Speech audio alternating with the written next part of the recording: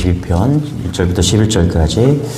할렐루야. 오늘도 말씀을 시작하는 여러분 사랑하고 축복합니다. 말씀 붙드시고 생명의 삶을 사시기 바랍니다. 시편 22편 1절부터 11절까지 교독하겠습니다. 하나님이여, 내 하나님이여, 어찌 나를 버리셨나이까? 어찌 나를 멀리하여 돕지 아니하오며 내 신음소리를 듣지 아니하시나이까?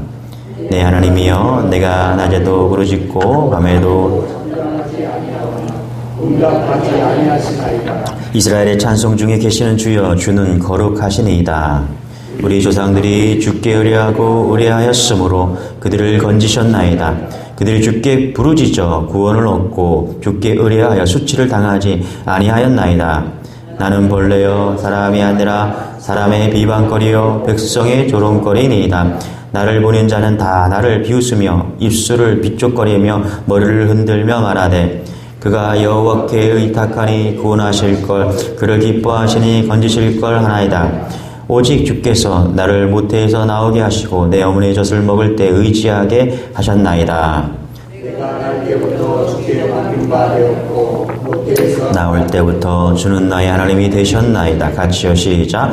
나를 멀리하지 마옵소서. 환난이 가까우나 도울 자 없나이다. 아멘. 여러분 신앙생활할 때 항상 충만하 있는 것은 아닙니다. 기도했는데 기도의 벽에 부딪혔을 때가 있습니다. 하나님이 보이지 않고 하나님의 음성이 들리지 않고 고난이 왔을 때 하나님이 보이지 않을 때가 있습니다.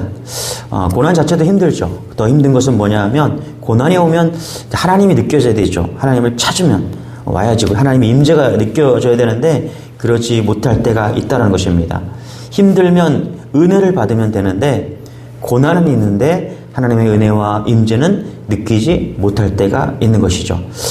오늘 그 상황입니다. 우리 1절, 2절 같이 한번 읽어보게 다시 시작. 하나님이여, 내 하나님이여, 어찌 나를 버리셨나이까? 어찌 나를 멀리하여 돕지 아니하시오며 내 신음소리를 듣지 아니하시나이까? 내 하나님이여, 내가 낮에도 부르짖고 밤에도 잠잠하지 아니하오나 응답하지 아니하시나이다. 그러니까 하나님이 없는 거예요. 하나님의 부재입니다. 영적 어두움을 느꼈다는 겁니다. 다윗은 하나님께서 내 마음에 합한 사람이라고 부를 정도로 좋은 믿음을 가지고 가깝게 여기셨지만 그에게도 하나님이 아주 멀게 느껴진 순간이 있었다는 것입니다.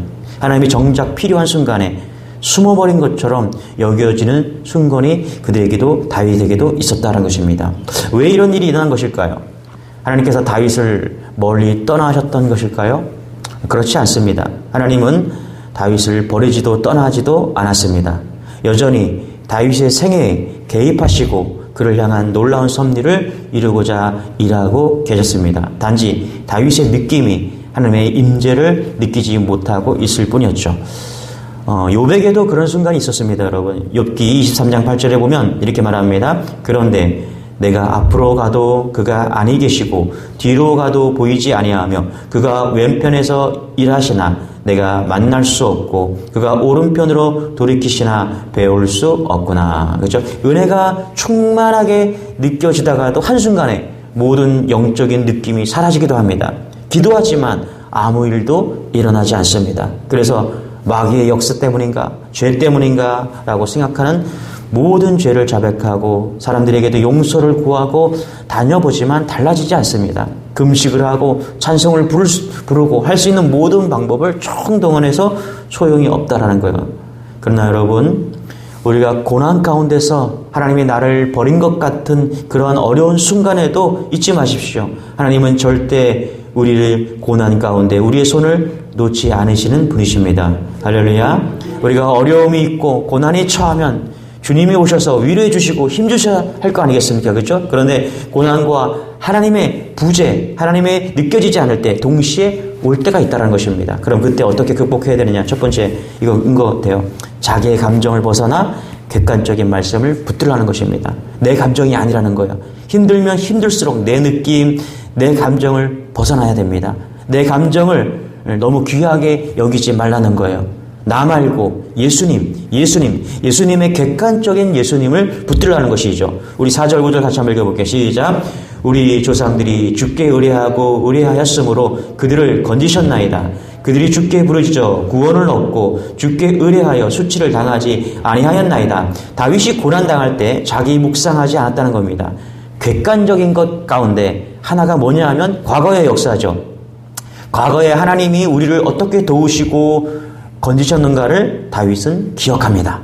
하나님의 은혜를 붙들었더니 구원해 주셨다. 하나님의 말씀을 붙들었더니 역사해 주셨다. 건져 주셨다는 겁니다. 그것을 다윗이 기억하고 바라보았더니 일어서게 되었다는 것입니다.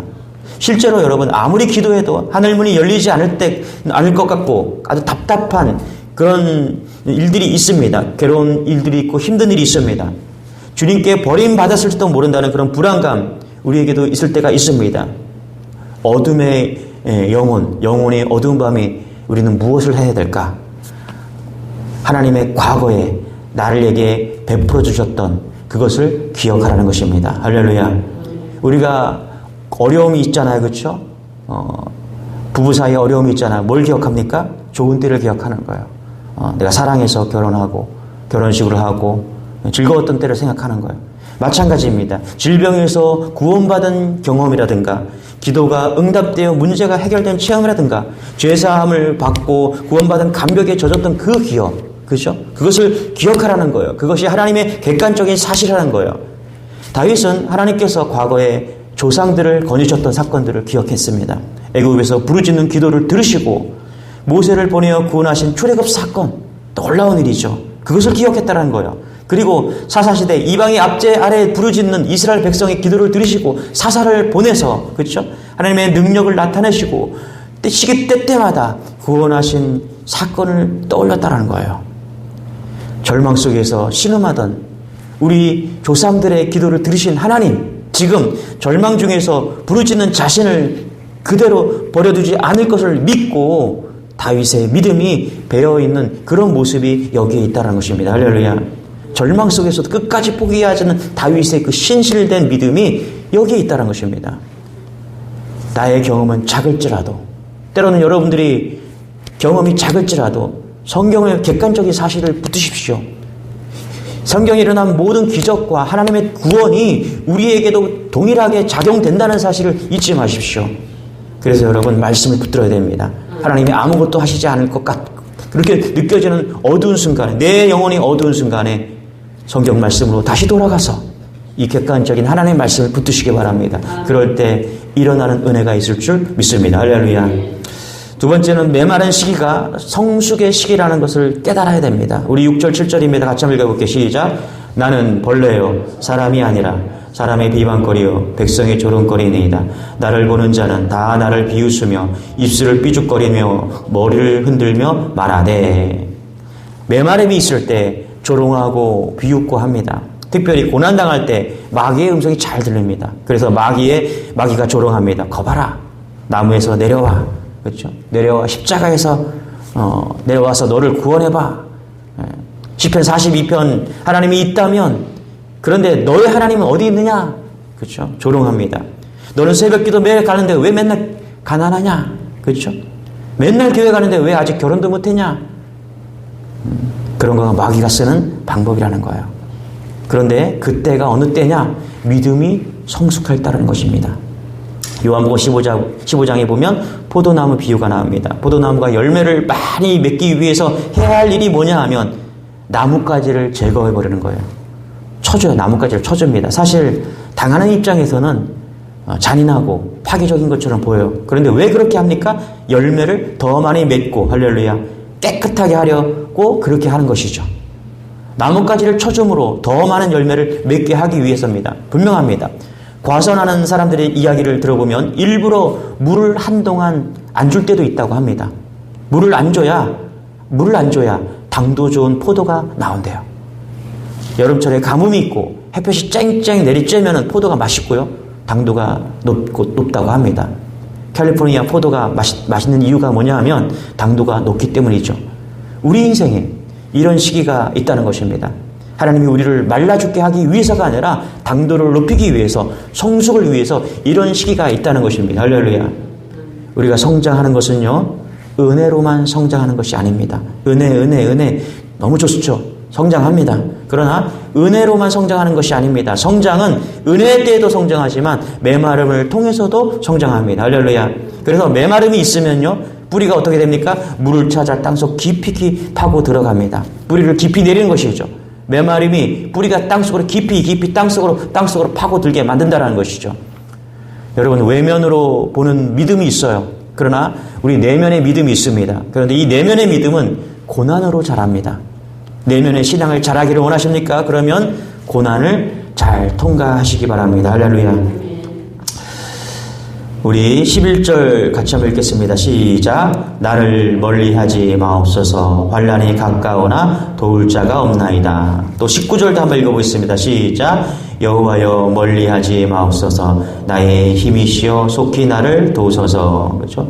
그리고 22절, 23절도 같이 한번 읽어보겠습니다. 시작. 내가 주의 이름을 형제에게 선포하고 회중 가운데서 주를 찬송하리이다. 여호와를 두려워하는 너희여 그를 찬송할지어다. 야곱의 모든 자손이여 그에게 영광을 돌릴지어다. 너희 이스라엘 모든 자손이여 그를 경외할지어다. 아멘. 우리가 어렵고 힘들 때 어떻게 해야 되느냐? 함께 기도해야 된다는 것입니다.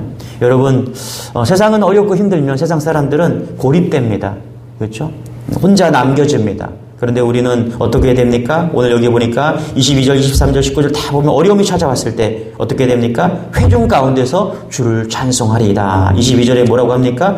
회중 가운데서 주를 찬송하리이다. 그렇죠? 모임 가운데, 예배 가운데 하나님을 찬양하라는 거예요. 여러분, 우리에게 어려움이 찾아왔을 때 예배 가운데 나와 함께 예배 드리면 회복될 줄 믿습니다. 할렐루야. 우리가 다 지금 정상적으로 보이고 어려움이 없는 것처럼 보이지만은 다 어려움 하나씩 다 가지고 있습니다. 그런데 그 어려움 가지고 우리가 예배 자리에 나와서 함께 회중 가운데 주를 찬송할 때 우리가 회복되는 것을 믿는 은혜가 있기를 소망합니다. 할렐루야. 함께 기도할 때, 함께 예배할 때, 위기 상황에 와도 고립되지 않고 우리가 함께 기도할 때 하나님은 우리를 다시 일으켜 세워주신다는 사실을 믿는 여러분 되시길 바랍니다. 할렐루야. 광화문 광장 큰 빌딩에 장석주 시인의 시 하나가 걸렸습니다. 제가 좀 읽어드리고 마치기 원합니다. 대추 한 알이라는 시입니다. 저게 저절로 붉어질 리는 없다. 저 안에 태풍 몇 개, 저 안에 천둥 몇 개, 저 안에 벼락 몇 개. 저게 저 혼자 둥그러질 리는 없다. 저 안에 무설이 내리는 몇 밤, 저 안에 땡볕 두어 달, 저 안에 초승달 몇 날이 들어서서 둥글게 만드는 것일 게다. 대추야, 너는 세상과 통하였구나.